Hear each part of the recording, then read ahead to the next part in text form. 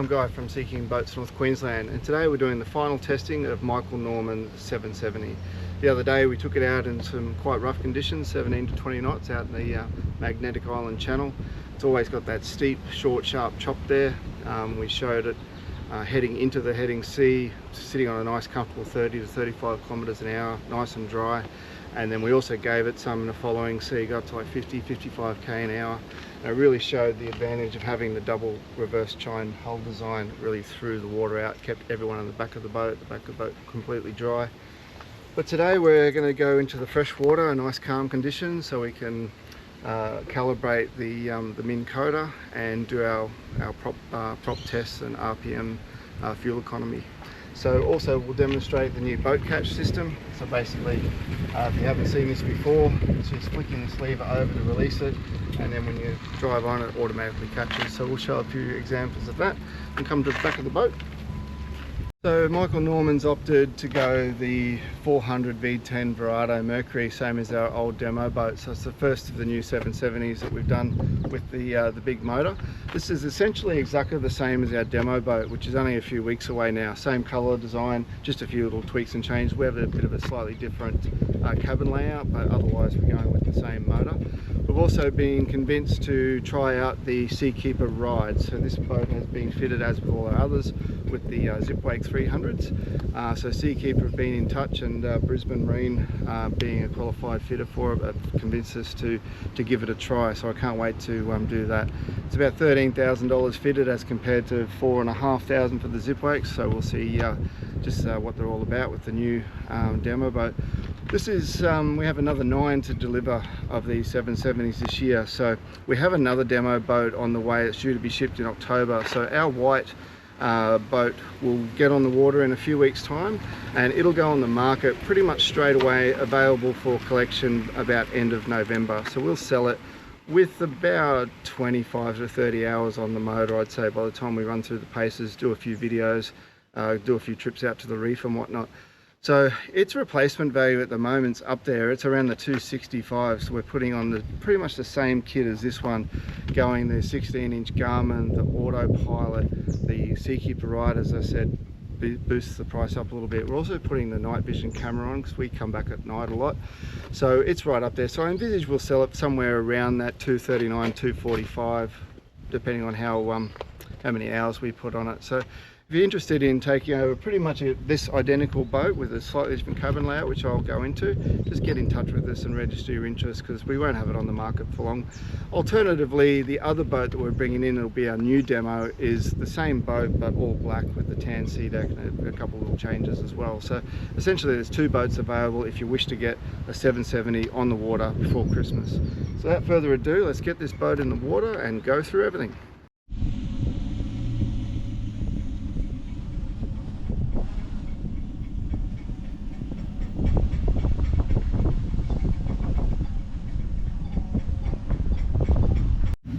So I'll just give you guys a quick demonstration of how it goes with getting the boat off the trailer. On Norman's boat, he's actually fitted the boat catch with this camera here, and there we go. Actually, I wasn't expecting.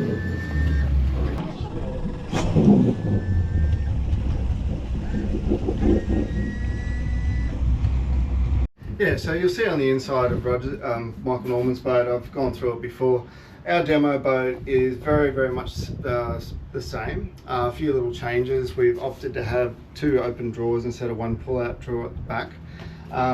My port side has a return on it with a fixed backrest, and the idea of that is on the fixed backrest it's got a drop-down table.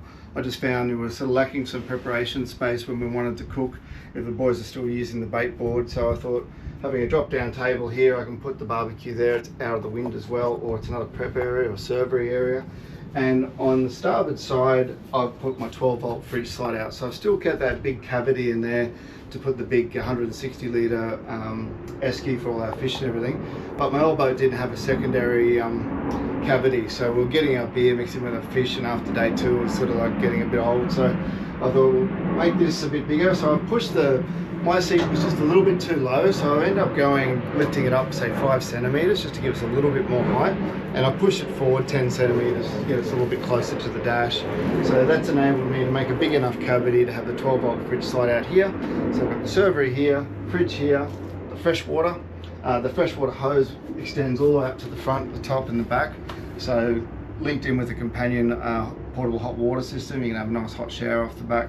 I've added these transom doors to the back which slide in and out, so if you've got pets on board or young kids overnighting, it's a good little addition. If you don't want them, just pop them straight out and put them away.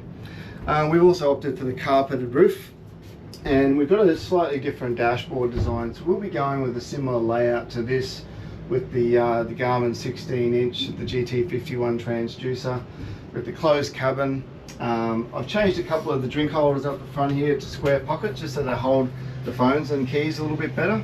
And we've carpeted the front cabin. So with that door closed and the carpeted cabin, it's quite a quiet boat. It's a lot quieter than my old one anyway. So fully customised ladder on the side. So we're going to play around, deploy the Minn Kota and test it all out. So before we put this boat back onto the trailer, we forgot to mention this pretty cool feature that the Mercury 400 horsepower Verados with the full electric steering can do. It's called the Mercury Skyhook. It's all integrated into your sounder, and you have 2 options, bow hook and drift hook, which essentially turns the motor into an electric motor. So it'll keep your GPS position and spot lock you in the position, or drift hook will allow you to drift along your fishing mark. Pretty cool. It's even handy when you're at a boat ramp and you're waiting for the boat to, the trailer to come down. But now we'll put the boat back onto the trailer and we'll showcase the boat catch. On here, Michael Norman, the owner of this boat, has actually opted for a camera up the front of the boat. So you come in here, video, and change it. And he's actually got a camera right on the bow, so you can see the boat catch when it's about to hook onto the trailer, and you can also see the keel of your boat onto the trailer, so you can make sure you're centered. I'll try and film it as I drive the boat onto the trailer. It might be a little tough with one hand. But yeah, I'll put the drone up so you can see it there as well. I gave Dad a GoPro, so he's going to film the boat catch coming on, and we'll do our best to give you a display of how it all works. So as I'm driving up, I pretty much just creep forward, knocking into forward and neutral and just coming in slowly. Every time I'm bringing it back onto the trailer, my main thing is just go as slow as possible. So you can hear me. I'll flick to some drone footage as well. Dad's filming as well, so I should be able to swap to some footage up there. But with these trailers, if you get it just in the center there, the inside skids are going to lead you onto the center roller, so it's pretty easy to get it on. A bit of wind around today as well.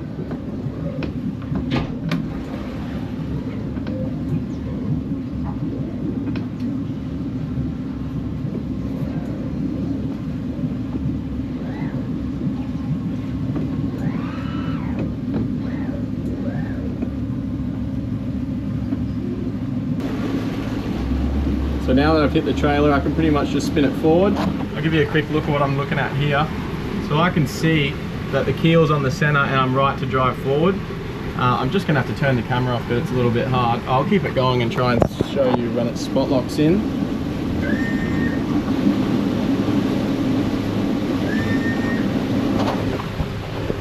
So this is it coming up. Sorry, it's hard with one hand.